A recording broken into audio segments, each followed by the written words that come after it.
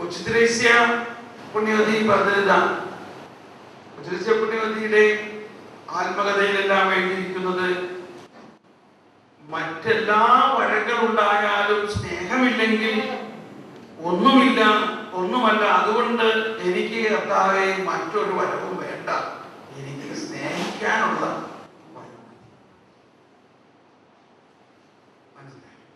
ഞാൻ സഭയിൽ സ്നേഹമാണ്, എൻ്റെ വരം സ്നേഹമാണ്. അങ്ങനെയാണ് കൊച്ചു ത്രേസ്യയുടെ ഒരു ബോധ്യം. ഞാൻ ഇന്ന് വന്നപ്പോൾ പുസ്തകങ്ങൾ ജീവന്റെ ചിന്തകൾ എന്ന് പറഞ്ഞിട്ട് കൊച്ചു ത്രേസ്യയുടെ ചില സുഹൃത്തുക്കളെ എഴുതിയിരിക്കുന്ന പുസ്തകമാണ്. അത് എങ്ങനെ നമ്മളെ സഹായിക്കുന്ന ഒരു കാര്യമാണ്. ഇങ്ങനെയാണ് ചില ചിന്തകൾ. അപ്പോ പ്രത്യേകിച്ച് നവീകരണത്തിന്റെ പ്രാർത്ഥനാ ഗ്രൂപ്പുകളിലും എല്ലാം വളരെയധികം മുറിവുകളുണ്ട്. മറ്റുള്ളവർക്ക് ഇത്രയും വലിയ മുറിവൊന്നുമില്ല.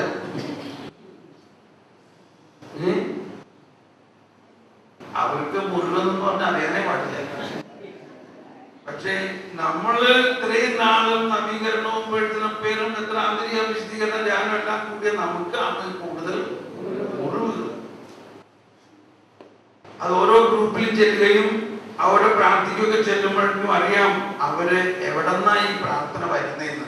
എവിടെന്നാ പ്രാർത്ഥന വരുന്നത്? അവരുടെ മുറിവിൽ നിന്നാണ് പ്രാർത്ഥന വരുന്നത്. മനസ്സിലായില്ലേ? അവരുടെ മുറിവുകളിൽ നിന്നാണ് പ്രാർത്ഥന വരുന്നത്. അപ്പോൾ ആ മുറിവുകൾ എന്തുകൊണ്ട് ഉണങ്ങുന്നില്ല? എന്തുകൊണ്ട് നിരവധി മുറിവുകൾ ഇപ്പോഴും നിലനിൽക്കുന്നു?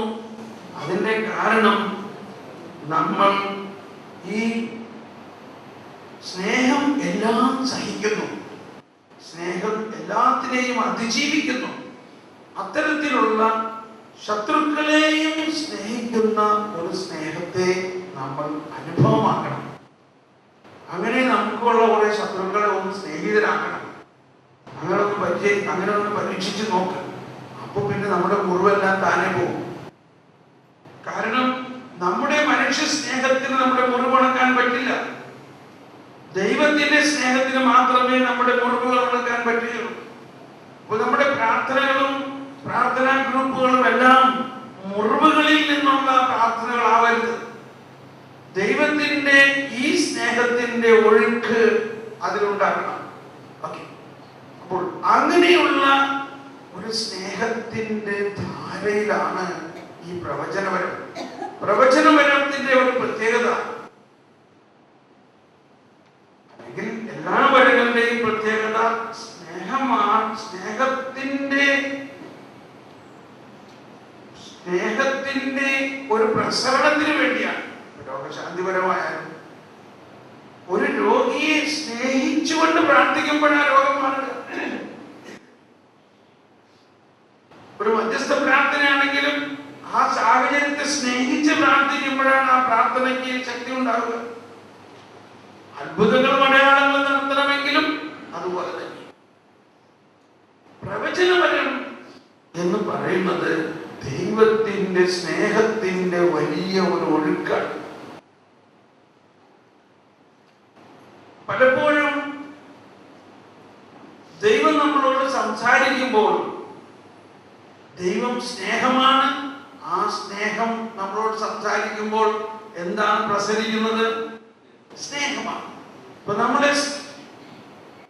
നമ്മൾ ആരോടെങ്കിലും സംസാരിക്കുന്നു, അല്ലെങ്കിൽ നമ്മൾ നമ്മുടെ ജീവിത പങ്കാളിയോട് പറയുകയാണ്, അല്ലെങ്കിൽ നമ്മുടെ മക്കളോട് പറയാണ് ഞാൻ നിന്നെ സ്നേഹിക്കുന്നു എന്ന് പറയണത് കേൾക്കുമ്പോൾ എന്തോ ഒരു സന്തോഷം. ഇനി ആ ഡയറക്റ്റ് സ്നേഹിക്കുന്നു എന്ന് പറയുന്നില്ലെങ്കിലും കുറെ നേരം സംസാരിക്കാതിരുന്ന നമ്മുടെ ജീവിത പങ്കാളി നമ്മുടെ അടുത്ത് വന്ന് കുറച്ച് ചായ ഉണ്ടാക്കാമോ, സന്തോഷായില്ലേ, എന്താ ഒരു സ്നേഹമാണ് അവിടെ. സ്നേഹത്തിന്റെ ഒരു പ്രകടനം അനുഭവമായോ? എന്തുകൊണ്ട് അനുഭവമായി? ഒരു ശബ്ദം കേട്ടതുകൊണ്ടാണ് അനുഭവമായി. അപ്പോൾ നമ്മൾ ഒരു ശബ്ദം കേൾക്കുമ്പോൾ ആ ശബ്ദത്തിൽ സ്നേഹത്തിന്റെ പ്രസരണം ഉണ്ടാകും. ആ ശബ്ദം നമ്മളിലേക്ക് പല കാര്യങ്ങളും കമ്മ്യൂണിക്കേറ്റ് ചെയ്യുന്നു, പ്രസരിപ്പിക്കുന്നു. ഈശോ പറഞ്ഞു, ഇതാ ഞാൻ നിന്റെ കവാടത്തിൽ മുട്ടുന്നു. മുട്ടുമ്പോ ശബ്ദം കേൾക്കുകയോ? അപ്പൊ നമ്മളിങ്ങനെ വീട്ടിലിരുന്ന് ടി വി കണ്ടുകൊണ്ടിരിക്കുക. ടി വി കണ്ടുകൊണ്ടിരിക്കുന്ന നേരത്ത് നമ്മളൊരു മുട്ട് കേട്ടു, ഇത്ര കേട്ടോളൂ. ഉടനെ എന്ത് ചെയ്യും നമ്മളത് കേട്ടു. നമ്മൾ ഒന്നില്ലെങ്കിൽ ടി വി ഓഫ് ചെയ്തു, അല്ലെങ്കിൽ സൗണ്ട് കുറച്ചു. നമ്മൾ അവിടെ നിന്ന് എഴുന്നേറ്റ് കഥ തുറക്കുന്നു. ആര് പറഞ്ഞു ഇതൊക്കെ ചെയ്യാൻ? ആരെങ്കിലും പറഞ്ഞോ? ഈ ശബ്ദം നമ്മളോട് സംസാരിക്കുക, ഈ ശബ്ദം നമ്മളോട് കമ്മ്യൂണിക്കേറ്റ് ചെയ്യുകയാണ്. അത് തുറക്കൂ, എനിക്ക് നിന്റെ അകത്തേക്ക് വരണം. അപ്പോൾ എന്ന പോലെ നമ്മൾ ദൈവത്തിൽ നിന്നൊരു ശബ്ദം കേൾക്കുമ്പോൾ ദൈവത്തിന്റെ അസ്തിത്വവുമായിട്ട്, ആ ദൈവത്തിന്റെ അനന്തതയുമായിട്ട്, ദൈവത്തിന്റെ സ്നേഹവുമായിട്ടുള്ള ഒരു പ്രസരണത്തിലേക്ക് വരികയാണ്. ഇപ്പൊ ഈ അവസ്ഥയിൽ ദൈവം നമ്മുടെ ഉള്ളിൽ ഇങ്ങനെ പറയുകയാണ്, നിന്നോട് എനിക്കുള്ള സ്നേഹം അനന്തമാണ് എന്ന് പറഞ്ഞത് കേട്ടാലോ? എന്ന് കേട്ടാലോ? മനസ്സിലായോ? എന്ന് കേട്ടാൽ കേട്ടത് കൊണ്ട് മാത്രമല്ല, ആ കേൾക്കുന്ന സമയത്ത് നേരത്തെ തളർവാദ രോഗിയോട് പറഞ്ഞ പോലെ, നിന്നോട് ഞാൻ പറയുന്നു കട്ടിലുമെടുത്ത് നടക്കുക എന്ന് പറഞ്ഞ പോലെ, ഞാൻ നിന്നെ സ്നേഹിക്കുന്നു എന്ന് കർത്താവ് പറയുമ്പോൾ എന്താ അവിടെ സംഭവിക്കുന്നത്? സ്നേഹം ഒഴുകുന്നു. പ്രവചനത്തെ കുറിച്ചും ദൈവം സംസാരിക്കുന്നതിനെ കുറിച്ചും നമ്മൾ ഉണ്ടായിരിക്കേണ്ട വലിയ ഒരു ബോധ്യം ഇതാണ്: ദൈവം നമ്മോട് സംസാരിക്കുമ്പോൾ ആ സംസാരിക്കുന്ന കാര്യം സംഭവിക്കുകയാണ്. പ്രകാശമുണ്ടാകട്ടെ എന്ന് പറഞ്ഞപ്പോൾ പ്രകാശമുണ്ടായി.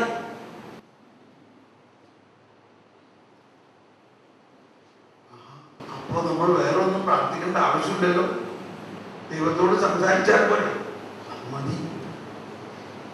കൊച്ചു ത്രേസ്യ ഇങ്ങനെ പറയാറുണ്ട്, പലരും ദൈവത്തെ കുറിച്ച് സംസാരിക്കുന്നു, ഞാനാകട്ടെ ദൈവത്തോട് സംസാരിക്കുന്നു. മനസ്സിലായി? നമുക്ക് ദൈവത്തെ കുറിച്ച് ധാരാളം സംസാരിക്കാം, പക്ഷെ അത് മാത്രം പോരാ. നമ്മൾ എന്ത് ചെയ്യണം? ദൈവത്തോട് സംസാരിക്കണം. ദൈവത്തോട് സംസാരിക്കണം. ഈ ദൈവത്തോട് സംസാരിക്കുക എന്നത് പലപ്പോഴും നമുക്ക് എനിക്കൊന്നും അതൊന്നും സാധിക്കൊന്നുമില്ല, ഞങ്ങൾ പല ഭാവികളും തലകീരുമായ നമ്മളോടാണ് ദൈവം സംസാരിക്കുന്നത്. ഇങ്ങനെയുള്ള ഒരു അപകർഷതാബോധം കൊണ്ടാണ്, ഭയം കൊണ്ടാണ്. മറിച്ച് നമ്മൾ വിശ്വസിക്കുക. മാമോദീസായിലൂടെ നമ്മൾ കേട്ടല്ലോ, മാമോദീസായെ കുറിച്ച് നമ്മൾ ദൈവത്തിന്റെ മക്കളായി മാറിയിരിക്കുമ്പോൾ നമ്മളോട് ദൈവം സംസാരിക്കാതിരിക്കുമോ? അപ്പോൾ കൂടുതൽ പ്രവചനപരത്തിനായി തീഷ്ണതയോടെ ആഗ്രഹിക്കുവിൻ എന്ന് പറയും. എനിക്ക് തോന്നുന്നത് നമ്മുടെ വളർച്ചയുടെ ഏറ്റവും ആവശ്യമായിട്ടൊരു ഘടകം ദർശനപരമല്ല, മറിച്ച് പ്രവചനപരമാണ്. പ്രവചനപരത്തിലൂടെയാണ് നമ്മൾ വളരുകയുള്ളൂ. ഈ പ്രവചനപരം ദൈവമായിട്ടുള്ള സംസാരവും ദൈവത്തിന്റെ സംസാരം നമ്മളിലൂടെ ഒഴുകുമ്പോഴാണ് വ്യക്തിപരമായ അഭിവൃദ്ധിയും ദൈവവുമായിട്ടുള്ള ഒരു ഇന്റിമസി നമുക്കുണ്ടാകും. ഇന്റിമസി. അപ്പോൾ ഇതിന് ഒരു പടി കൂടി ഞാൻ നിർദ്ദേശിക്കും. വ്യക്തിപരമായ പ്രാർത്ഥനയോടൊപ്പം നിങ്ങളുടെ കയ്യിൽ ഒരു ഡയറി ഉണ്ടായിരിക്കണം, ഒരു നോട്ട് പുസ്തകം. അതിൽ ഈ പ്രാർത്ഥന കഴിഞ്ഞിട്ട് കുറച്ച് സമയം ഒന്നും പ്രാർത്ഥിക്കാതെ ഇരുന്ന് ദൈവത്തിന്റെ സ്വരം ശ്രവിക്കുക. എന്നിട്ട് ആ ശ്രവിക്കുന്ന കാര്യങ്ങൾ എഴുതി വെക്കുക. എന്റെ നോട്ട് പുസ്തകം ഞാൻ ഈ സഞ്ചി ചൊപ്പം നടക്കുന്നത് എന്താ, എന്റെ അടുത്ത് വലിയൊരു നോട്ട് പുസ്തകമുണ്ട്. എവിടെ പോകുമ്പോഴും ഈ നോട്ട് പുസ്തകം ഞാൻ കൊണ്ടുപോകും. കർത്താവ് എല്ലാ ദിവസവും പലപ്പോഴും എന്നോട് സംസാരിക്കുന്നത് മുഴുവനും എൻ്റെ ഈ നീല പുസ്തകത്തിൽ ഞാൻ എഴുതി വെച്ചു. അതിനൊരു കളറൊക്കെ അങ്ങനെ തീരുമാനിച്ചു വെച്ചിരിക്കുക. എപ്പോഴും നീല കളർ എടുക്കാം. ഞാൻ നീല കളർ തിരഞ്ഞെടുത്തു. അപ്പൊ ഇതിലിങ്ങനെ എല്ലാ ദിവസവും വ്യക്തിപരമായ പ്രാർത്ഥന കഴിയുമ്പോഴോ അല്ലാത്ത സമയത്തോ എല്ലാം കർത്താവിനോട് സംസാരിക്കുന്നത് എഴുതി വെക്കണം. അങ്ങനെ എഴുതി വെച്ച കാര്യങ്ങൾ വർഷങ്ങൾ കഴിഞ്ഞ് നോക്കുമ്പോ ഇതെല്ലാം സംഭവിച്ചു കഴിഞ്ഞിരിക്കുന്നല്ലോ എന്ന് കാണാൻ പറ്റും. അപ്പൊ കർത്താവ് പറയുന്നതിന് വളരെയധികം പ്രാധാന്യം കൽപ്പിക്കണം. അത് എഴുതി വെക്കുമ്പോഴാണ് അതിന്റെ കൂടുതൽ പ്രാധാന്യവും മനസ്സിലാവുന്നത്. അപ്പോൾ പ്രവചനങ്ങളെ വളരെയധികം വിലപ്പെട്ടതായി കണക്കാക്കണം. പരിശുദ്ധാത്മാവിന്റെ നിർവീര്യമാകുന്ന ഒരവസ്ഥയുണ്ട്. ആത്മാവ് നമ്മളിലുണ്ടെങ്കിലും ആത്മാവ് എല്ലാ ദിവസവും പ്രവചനങ്ങൾ തരുന്നത് നമ്മൾ ശ്രദ്ധിക്കുന്നില്ലെങ്കിൽ, ആ പ്രവചനങ്ങൾ നമ്മൾ കുറിക്കുന്നില്ലെങ്കിൽ, ആ പ്രവചനങ്ങൾ അനുസരിച്ച് നമ്മൾ മുന്നോട്ട് പോകുന്നില്ലെങ്കിൽ ആത്മാവ് ദുഃഖിക്കുന്നു എന്ന് പറയുന്നത്. 1 തെസ്സലോനിയർ അധ്യായം 5:19 എഫേസോസ് അധ്യായം 4:30 എല്ലാം എഴുതിയിരിക്കുന്ന ഇതാണ്. 1 തെസ്സലോനിയർ അധ്യായം 5:19 ആത്മാവിനെ നിങ്ങൾ നിർവീര്യമാക്കരുത്. അതിന് മുൻപുള്ള വചനം എന്താ? എല്ലാ കാര്യങ്ങളിലും നന്ദി പ്രകാശിപ്പിക്കുവിൻ. ഇതാണ് യേശുക്രിസ്തുവിൽ നിങ്ങളെ സംബന്ധിച്ചുള്ള ദൈവഹിതം. ആത്മാവിനെ നിങ്ങൾ നിർവീര്യമാക്കരുത്, പ്രവചനങ്ങളെ നിന്ദിക്കരുത്. പ്രവചനങ്ങളെ നിന്ദിക്കരുത്.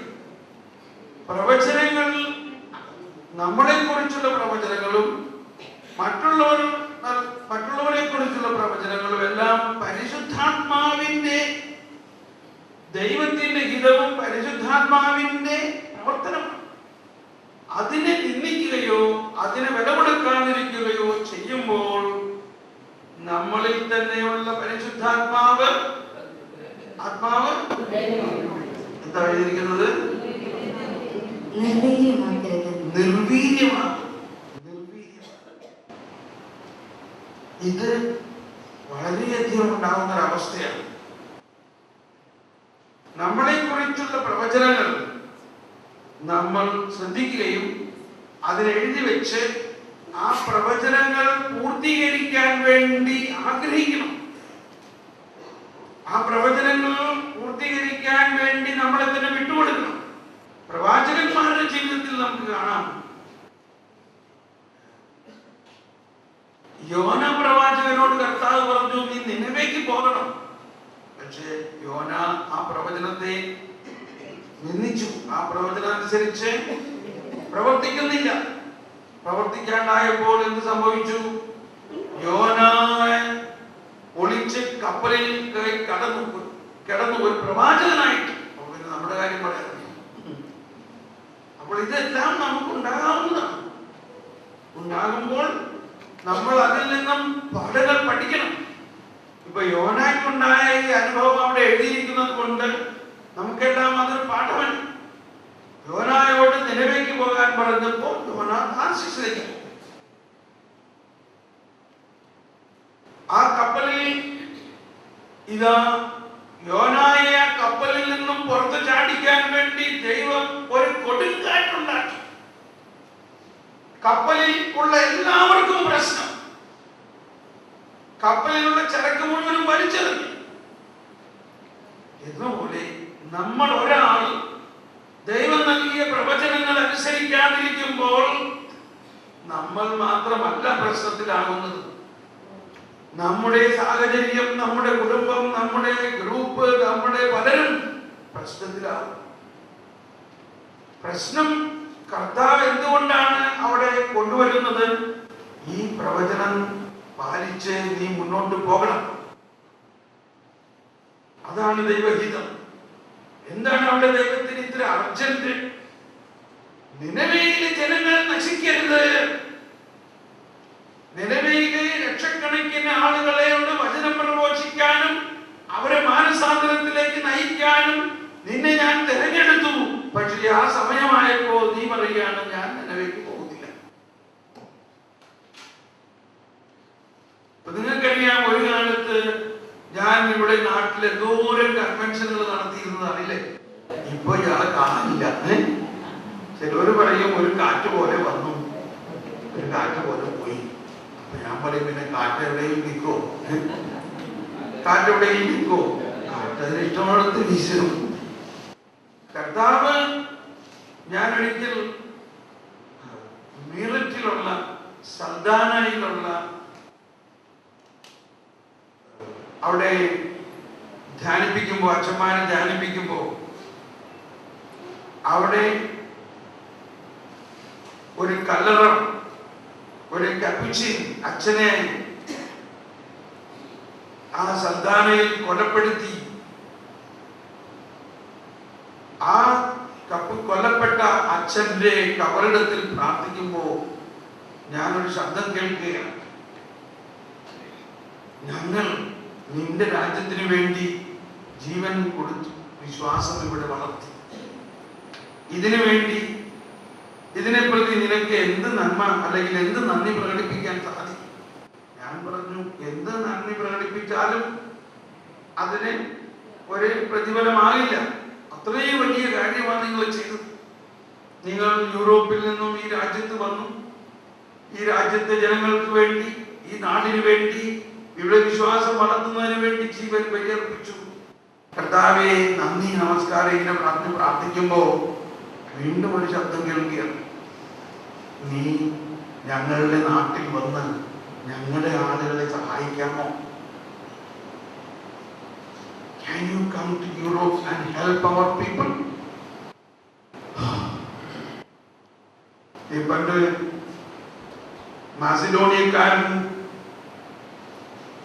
പൗലോസിനോട് ദർശനത്തിൽ പറഞ്ഞ പോലെ അല്ലേ, ഒരിക്കലും ഇങ്ങനെ പറഞ്ഞു, നീ ഈ ഭാരതത്തിൽ 100 അഡോറേഷൻ സെന്റർ ഉണ്ടാക്കണം.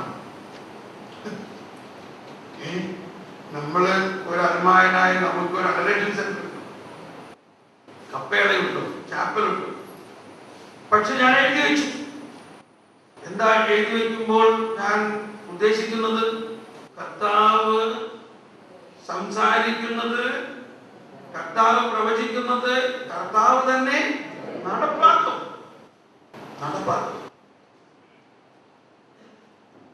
അതിനുശേഷം 3-ാം ദിവസം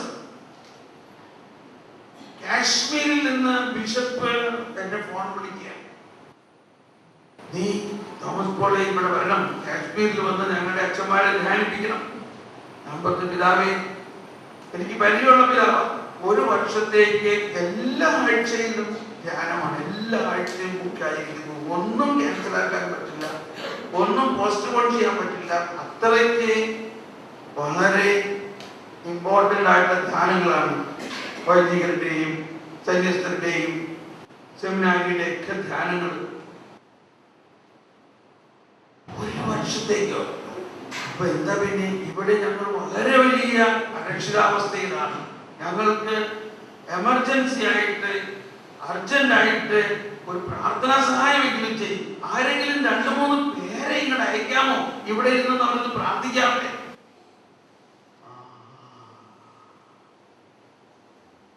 അപ്പൊ എനിക്ക് ഉടനെ ഈ സന്ദേശം ഓർമ്മ വന്നത്, 100 അഡോറേഷൻ സെന്റർ ഉണ്ടാക്കണം. അപ്പൊ ഞാൻ ചോദിച്ചു, എങ്ങനെ ഇരുന്ന് പ്രാർത്ഥിക്കണം എന്നാ പറയുന്നത്? ഇതാണ് എവിടെ ഇരുന്ന് പ്രാർത്ഥിക്കണം? പ്രാർത്ഥനക്കാരെ ഞാൻ അയക്കാം. അവിടെ ഒരു ആരാധനാ മുറിയിൽ അവർക്ക് ദിനരാത്രം ആരാധിക്കാൻ സൗകര്യം കൊടുക്കാം. ദിനരാത്രം ആരാധിക്കും. അവരങ്ങനെ ദിനരാത്രം ആരാധിക്കും. പിന്നെ അവര് ദിനരാത്രം ആരാധിക്കാൻ വിട്ടുതരാം. തീർച്ചയായിട്ടും that will be very good.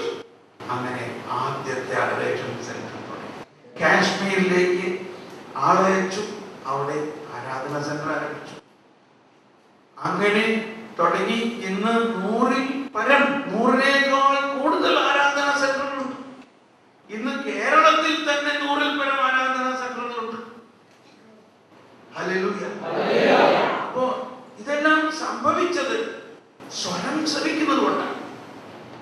അല്ലെങ്കിൽ നമുക്കെങ്ങനെ ഐഡിയ കിട്ടും? കർത്താവ് ആഗ്രഹിക്കുന്നത് 100-ൽ പരം ആരാധനാ കേന്ദ്രങ്ങൾ, പ്രാർത്ഥനാലയങ്ങളുണ്ടാകും.